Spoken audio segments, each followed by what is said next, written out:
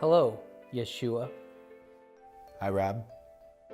Wait, aren't you impressed? I said Yeshua, your Hebrew name, not Jesus, the newfangled English translation. Yeah, I heard that. I know. What? So anybody can stumble upon facts about me through Wikipedia, Rob. You know, I know you're a words of affirmation guy and that you need that. However, I have a thing with being honest and I'm not impressed. Jesus, it cuts me deep. No, it doesn't. You're right. You know, Rob, I see that desire often for people to impress me. And I'm just not impressed. You know, so many people want to show me or remind me how much money they gave to the church or how much knowledge they have or even how much they've served. And I'm just not impressed. But wait, aren't we supposed to give and gain knowledge and serve? Yes, yeah. Then why aren't you impressed? Is it because of Paul? Paul messed it up for everyone. Apostle Paul and all his good stuff. Oh, it's not because of Paul. And no.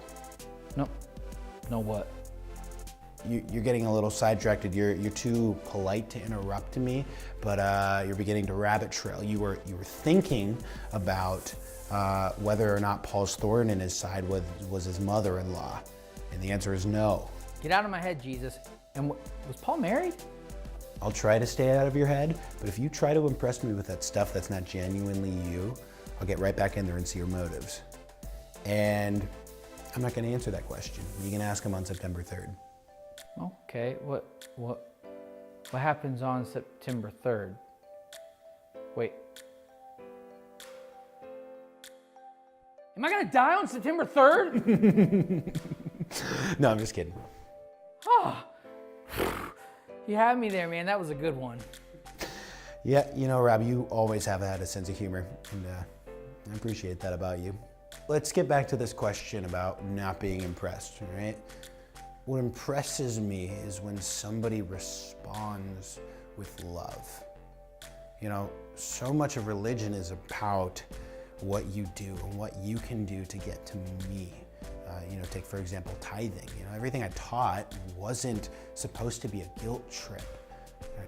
It was supposed to mirror, show me what's really in your heart.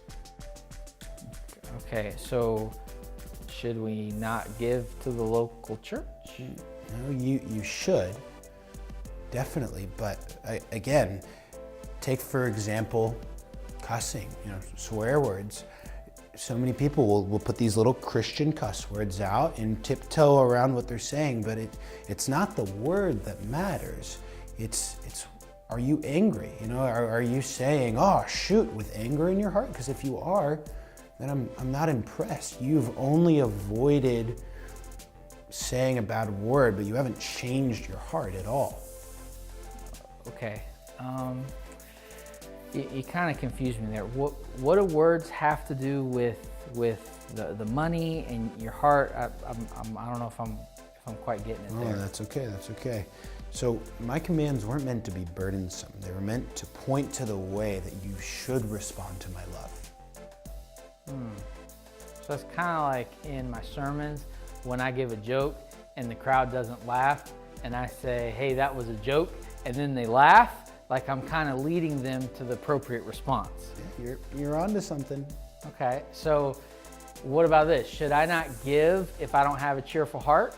Well, should you change your kids' diapers when they're nice and poopy even when you don't feel like it? I mean, yes, yeah. Yeah, so it's exactly the same thing. Okay, you lost me on this, and I can't get over the fact that you said poopy. Okay, so you might not call it joy, right? But it's the same thing. If you have no joy when you're changing your kid's poopy diaper, you have a heart issue. Okay, I'm kind of getting lost, and I just keep focusing on the fact that you say poopy. All right, stay on target, Rob. When you give, whether it's a little or a lot, that really just shows me the condition of your heart. So you're not mad if someone doesn't give 10%. I'm not mad, no. So let me ask you this. What if I called you to sell your house? But I love my house. Yeah, what if I asked you to give it up? I'd say I have to pray about it. All right. I'm not after your house, Rob. I know. I like your house too. You can keep it.